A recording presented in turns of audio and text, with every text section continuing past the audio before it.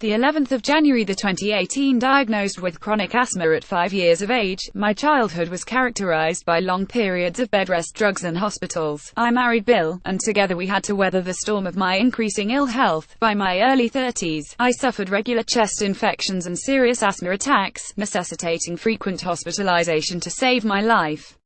My mother died at the age of 39 from an asthma attack, and it seemed I was heading the same way. Sally Ann Creed. Hospitalization was part of our lives, always followed by bed rest with antibiotics and cortisone. I often prayed God would take me home, as fighting for the next breath, my body would ache unbearably. I couldn't lie down, and would have to sit upright for days at a time just to breathe. Sleep was impossible. Asthmatic lungs are often scarred, enlarged or damaged. Bronchospasm and the production of sticky mucus hampers breathing. Weak lungs collapse, and weak hearts give in. By my late 30s, with my poor diet, bad management of my disease, and too many drugs, other problems arose. I developed an ulcer requiring medication, and serious sinus infections increased. I developed sinus polyps, which are typically outgrowths of tissue which are an indication and result of allergy. I had many painful polypectomies during the next 10 years. The mounting medication took its toll. When I had my first panic attack, I didn't know what had hit me.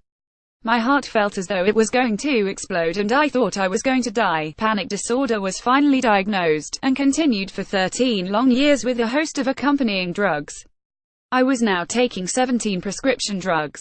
The end confirmed the polyps had migrated into the upper sinus cavity above the eyes, and the best he could offer was another, more delicate operation.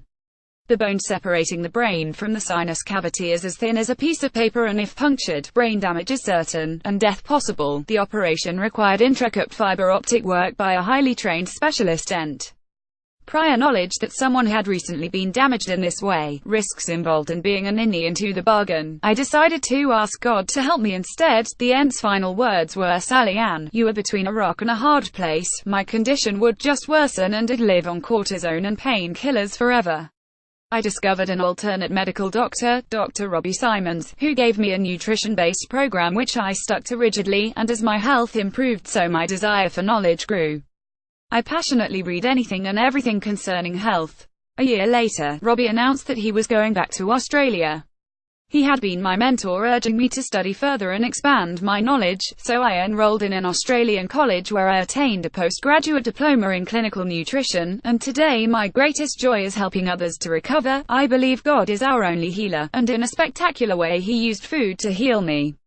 The fact that He chose to heal me through nutrition is no less miraculous to me than an instantaneous miracle. I am profoundly grateful that He chose this method, because it kept me from continuing to eat in a foolish fashion, and He used my illness so I can now help others. I have since gone on to study functional medicine and a host of other science-based nutritional modalities, and have found my calling, for which I am profoundly grateful.